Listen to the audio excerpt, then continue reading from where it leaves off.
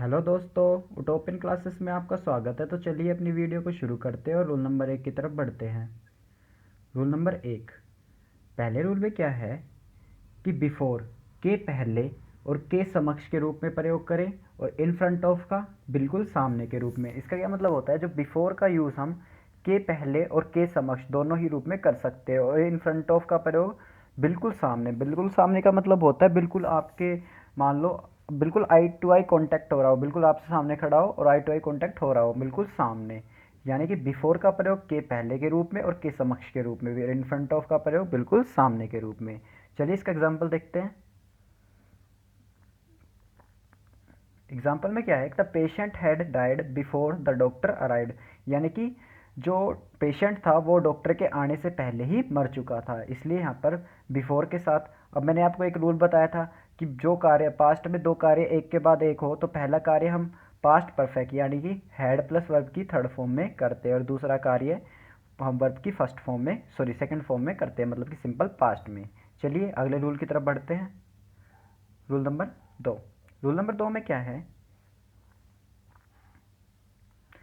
Eight का प्रयोग सापेक्ष रूप से छोटे स्थानों से पहले और इनका प्रयोग सापेक्ष रूप से बड़े स्थानों से पहले। अब ये सापेक्ष रूप का क्या मतलब होता है, मान लो आपको सेंटेंस में कोई दो या तीन जगहों का नाम दिया हुआ है और आपको मान लो डिसेंडिंग या असेंडिंग ऑर्डर में है, तो पहले आप जितने भी छोटे स्थान है ना उनके आगे तो आप एट का प्रयोग करोगे, और जितने भी बड़े स्थान है उनके आगे इन का प्रयोग करोगे। अब आपको कैसे याद रखना है कि मतलब आपको कैसे पता चलेगा कि वो छोटा स्थान है या बड़ा स्थान है। तो ये तो देखना, मतलब कि आप वैसे तो समझ जाओगे कि ये छोटा स्थान है और वही बड़ा स्थान, और आपको याद रखना है कि मान लो आपको तीन स्थान दिए हुए हैं, मान लो किसी सेंटेंस में तीन जगहों के नाम दिए, तो आप पहले वाले जगह के आगे एट और दूसरे के आगे इन। अगर सेंटेंस में फिर देखना बीच में अगर डॉट हो यानी कि फुल स्टॉप हो, तो फिर अगले जो छोटा स्थान है उसके आगे एट और फिर इन का यूज़ करें। जैसे कि एग्जाम्पल में देखना, we has been living at Rewari in Haryana.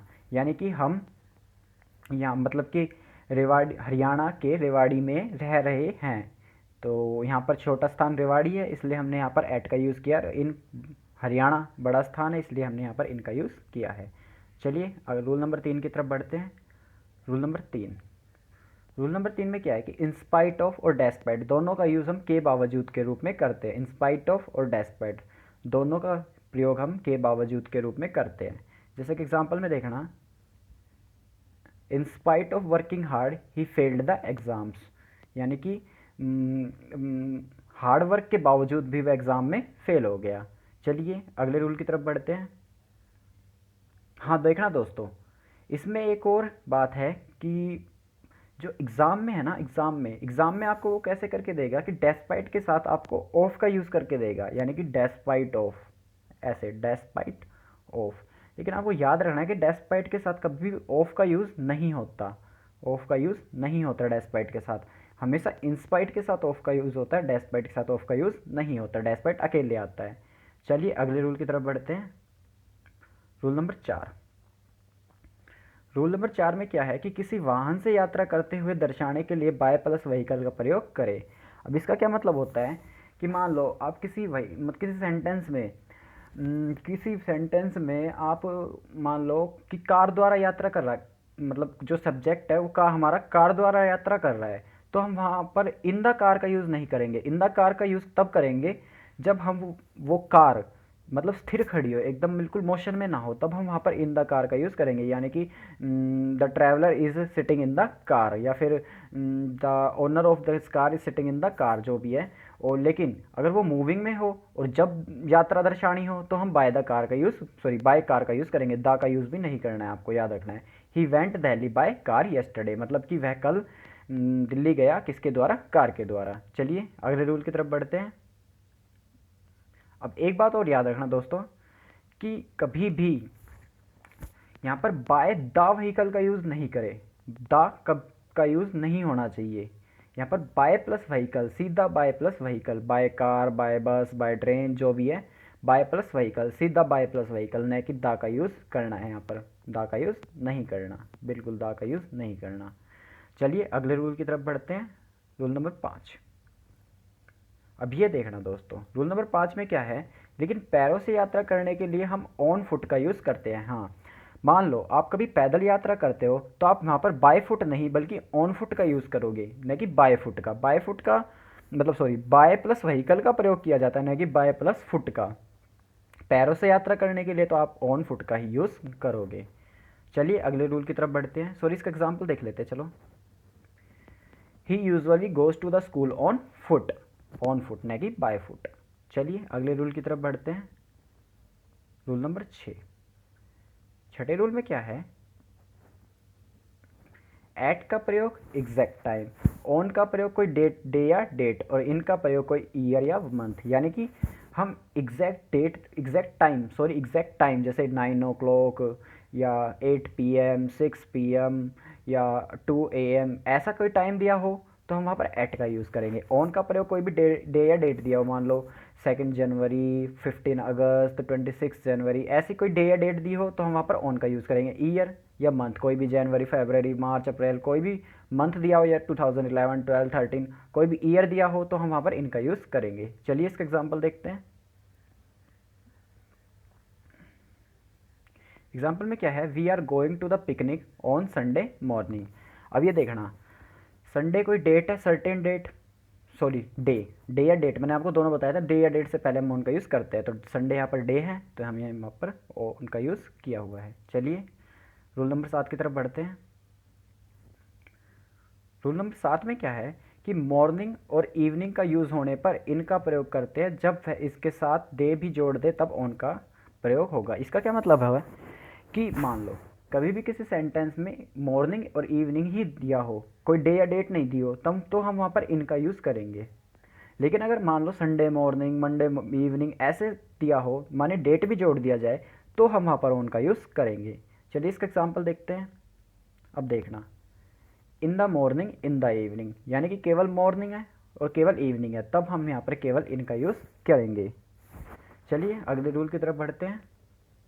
Rule number 8। ये देखना दोस्तों,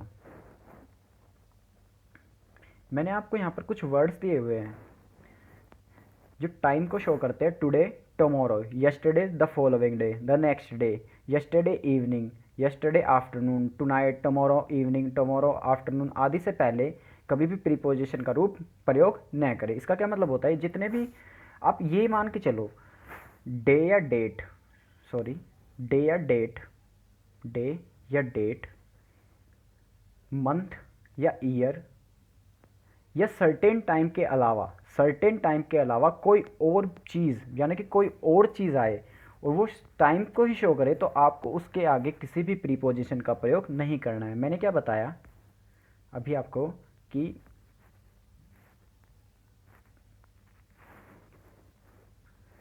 सर्टेन टाइम यानी कि एग्जैक्ट टाइम, डे या डेट, और मंथ और ईयर, के अलावा कोई भी ऐसा वर्ड हो जो टाइम को शो करे, तो आप वहाँ पर प्रीपोजिशन का यूज़ नहीं करेंगे। आप इससे भी याद रख सकते हैं, या तो आप इन वर्ड्स को सीधा याद कर ले, या आप इससे भी याद रखें कि कभी भी एग्जैक्ट टाइम, डे या डेट या मंथ या ईयर के अलावा कोई और वर्ड आए टाइम से रिलेटेड, तो आप वहाँ पर प्रीपोजिशन का यूज़ नहीं करोगे। चलिए इसका एग्जाम्पल तो नहीं है, सॉरी दोस्तों, अगले रूल की तरफ बढ़ते हैं। Rule number 9। 9वें रूल में क्या है कि टिल और अनटिल का प्रयोग पॉइंट ऑफ टाइम के लिए होता है। इसका क्या मतलब होता है? जो टिल और अनटिल दोनों का यूज़ पॉइंट ऑफ टाइम, बिल्कुल एग्जैक्ट टाइम के लिए हम टिल और अनटिल का यूज़ करते हैं। जैसे कि एग्जांपल में है, the government will not pass any bill till या अनटिल नेक्स्ट सेशन, मतलब कि जो गवर्नमेंट है वो नेक्स्ट सेशन तक किसी भी बिल को पास नहीं कर सकती, तो हम वहाँ पर टिल या अनटिल किसी का भी यूज़ कर सकते हैं। चलिए अगले रूल की तरफ बढ़ते हैं। अब ये देखना दोस्तों कि अनटिल से किसी सेंटेंस की शुरुआत कर सकते हैं पर टिल से नहीं, यानी कि किसी भी सेंटेंस की शुरुआत हम अनटिल से तो कर सकते हैं लेकिन टिल से नहीं कर सकते। चलिए इसका एग्जांपल देखते हैं। एग्जांपल में क्या है? Until the red signal shows any car will not stop. इसका यह मतलब है कि जब तक जो बत्ती, मतलब कि जो लाल सिग्नल है वो नहीं दिखता, तब तक कोई भी कार नहीं रुकेगी। इसका क्या मतलब है कि जब तक जो सिग्नल्स होते हैं उनमें से रेड सिग्नल शो नहीं होता, तब तक कोई भी कार नहीं रुकेगी। तो चलिए दोस्तों, हमारे रूल्स तो यहीं समाप्त होते हैं। अब एक छोटी सी टेस्ट सीरीज और कर लेते हैं।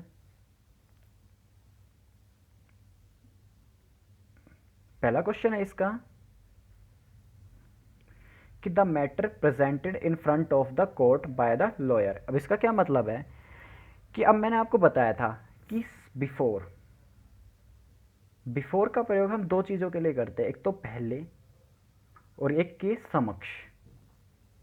और मैंने इन फ्रंट ऑफ का क्या मतलब बताया था, सामने, बिल्कुल आपके जो 180 डिग्री पर हो, मतलब जो बिल्कुल आई टू आई कॉन्टैक्ट हो। अब ऐसा तो नहीं है कि कोर्ट के सामने बिल्कुल आई टू आई कॉन्टैक्ट करेगा वो कोर्ट के, वो समक्ष रखेगा कोर्ट के, यानी कि जो मैटर है वो कोर्ट के समक्ष रखा जाएगा। तो हम यहाँ पर इन फ्रंट ऑफ का नहीं बल्कि बिफोर का यूज़ करेंगे, यहाँ पर इन फ्रंट ऑफ का यूज़ नहीं होगा।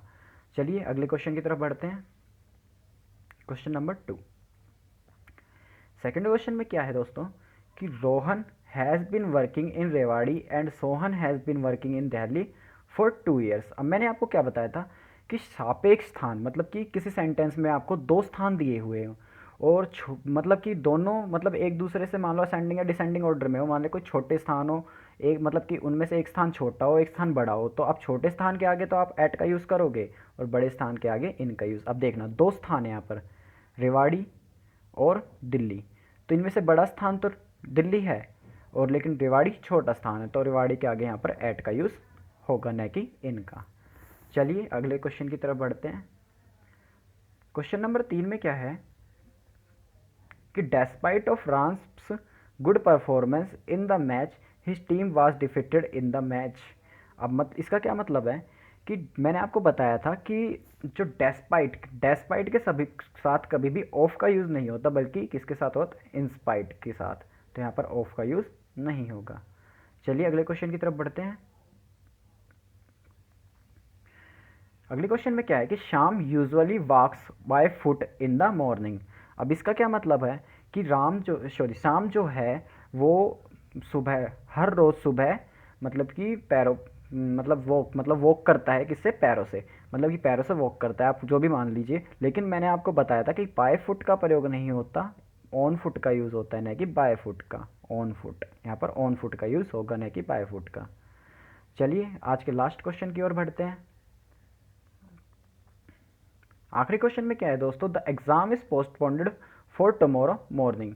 अब मैंने आपको क्या बताया था कि exact time, exact time, day या डेट, डे या डेट, या फिर कोई मान लो मंथ या ईयर, मंथ या ईयर के अलावा आपको समय से रिलेटेड कोई भी और चीज़ दी हो तो आप वहाँ पर प्रीपोजिशन का यूज़ नहीं करोगे।